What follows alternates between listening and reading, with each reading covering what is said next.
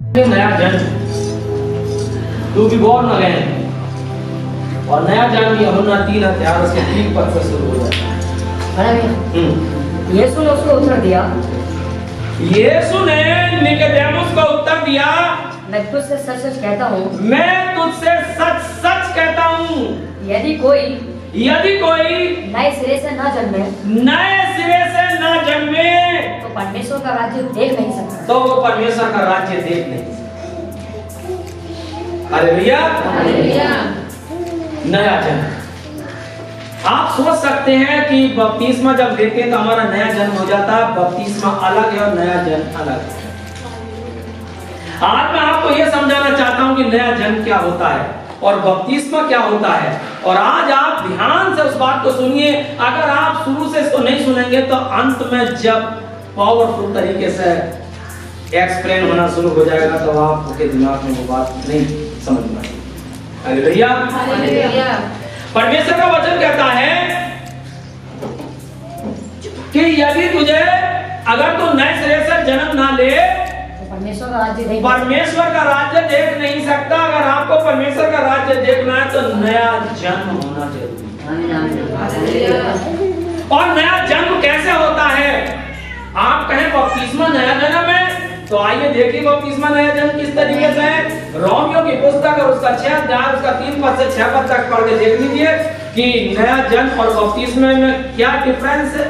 क्या तुम नहीं जानते कि हम सब जिन्होंने मसीह यीशु का बपतिस्मा लिया, हमने सब जिन्होंने मसीह यीशु का बपतिस्मा लिया, उसकी मृत्यु का बपतिस्मा लिया। उसकी मृत्यु का बपतिस्मा लिया। बपतिस्मा का मतलब तो मर जाना होता है, गाड़े जाना होता है। नया जन्म तो कुछ और है। आगे बात समझ में? अच्छा, किस किस की ये बात क्लियर नहीं थी अब तक? आप जरा बताइए, बात क्लियर किस किस की नहीं थी? क्या बपतिस्मा को कौन कौन नया जन्म समझते हैं? नहीं समझते? नया जन्म अलग है और बपतिस्मा। हालेलुया। और मेरा जिस साथी, अगर हम नए जन्म की बात करें तो नया जन्म बीज से होता है। कोई भी जन्म बीज से तो होगा। अगर आपको लौकी खानी है तो लौकी जमीन में बोनी पड़ेगी तो लौकी आएगी। लौकी का बीज जमीन में बोना पड़ेगा। हमारे सूरज चाचा ने एक ही बीज तो लगाया होगा, एक ही तो लगाया था। एक बीज पे कहां तक लौकी नहीं चली। मेरा परिवार भी उस लौकी को खा चुका है। एक बीज तो जन्म कैसे होता? बीज से तो होता है। तो मेरा जिस साथी हो, मेरे प्रिय भाई बहनों, मत्ती की पुस्तक उसका 13 अध्याय उसका 19 पद तेजी से पढ़ेंगे। हाँ पढ़िए। जो कोई राज्य का वचन सुनकर नहीं समझता, राज्य का वचन सुनकर नहीं समझता, उसके मन में जो कुछ बोया गया था आकर छीन ले जाता। बोया क्या गया था? इसका मतलब वचन ही तो सुनाया जाता है, तो इसका मतलब वचन बोया जाता है। और जब वो बोया जाता है दिल में बहन बबली, वचन में क्या?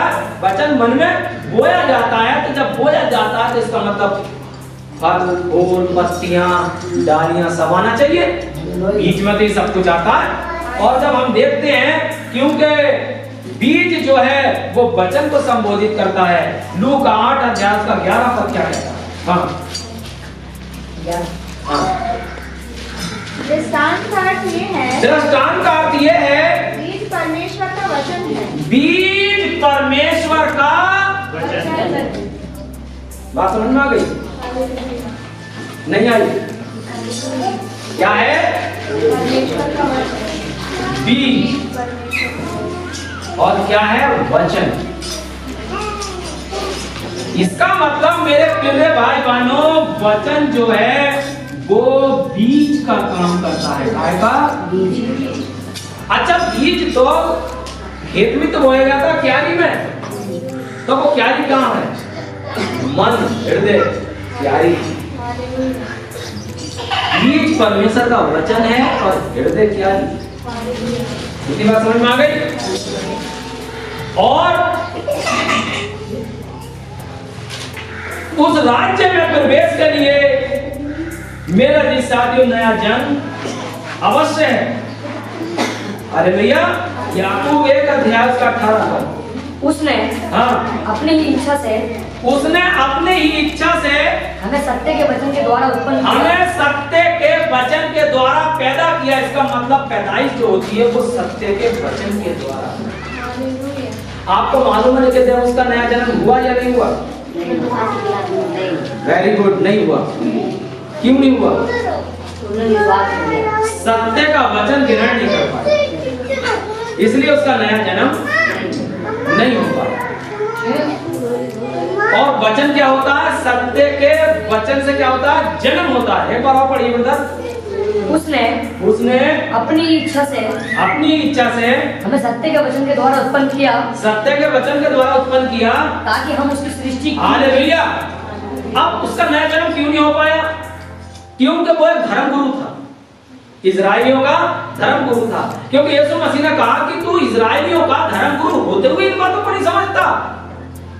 क्योंकि इजराइल के धर्मगुरु जो थे वो सत्य का प्रचार नहीं करते। पता क्यों नहीं करते थे? मैं बीमार दूंगा मत्ती की पुस्तक और उसका 15 अध्याय और उसका 9 पद। और ये व्यर्थ मेरी उपासना करते हैं, क्योंकि मनुष्य की विधियों को धर्मोपदेश करके सिखाते हैं। क्योंकि मनुष्यों की विधियों को धर्म का उपदेश करके सिखाते हैं। और निकोदेमुस भी उनमें से एक धर्मगुरु था। वो भी मनुष्यों की बनाई हुई विधि विधान को धर्म का उपदेश करके सिखाते हैं। इसलिए उसका नया जन्म। क्या आप सोचते हैं निकोदेमुस एक बहुत अच्छा आदमी था? अरे बहुत बढ़िया आदमी, बड़ा अच्छा इंसान था, लेकिन सत्य वचन ग्रहण समाज के डर से या फिर किस बात से वो मुंह लटका कर बैठा, क्योंकि वो धर्मगुरु था। हालेलुया। लेकिन सत्य का वचन किन किन लोगों ने ग्रहण किया? नया जन्म हुआ उनका। यानी एक धर्मगुरु होते हुए, ध्यान से सुनिए मेरी बात, नहीं तो आप चूक जाए। धर्मगुरु था, बाइबल रटे हुई थी, चर्च का पास्टर था, लेकिन नया जन्म नहीं हो पाया। लेकिन जो सारे शहर की बदनाम और पाप में डूबी हुई थी, उसका नया जन्म, क्योंकि उसने सत्य के वचन को ग्रहण किया। कैसे? मत्ती की पुस्तक 21 अध्याय का 32 पद पढ़ के देखिए। क्योंकि यूहन्ना धर्म का मार्ग दर्शाते हुए तुम्हारे पास आया और तुमने उसका विश्वास ना किया। पर महसूल लेने वालों, परंतु महसूल लेने वाले और वेश्याओं ने उसका विश्वास किया। और तुम ये देखकर बाद में भी ना पछताए कि तुम्हारे हृदय में वो बीज जम जाता और तुम नया जन्म तुम्हारा कि उसका विश्वास कर भैया। उचित समय पर सत्य का वचन ग्रहण किया जाता है। कब? उचित समय, जीते जी। मरने के बाद आप दुआ कर रहे हैं कि मेरी माँ का उद्धार कर, घुटने चीन लो, खून चला लो, ये आपकी प्रार्थना बिल्कुल व्यर्थ है। उद्धार को स्वयं ग्रहण करनी माँ जीते जीते। हालेलुया। लेकिन उद्धार का मामला व्यक्तिगत परमेश्वर से है, और वो भी जीते जी। कहाँ है वो? जीते जी। क्या आपको मालूम है हवाई जहाज का रास्ता, फ्लाइट का रास्ता जमीन पर होता है, जमीन पर से आसमान पर होता है। इसलिए जीते जी है उद्धार। हालेलुया। यूहन्ना 8 अध्याय 24 पद।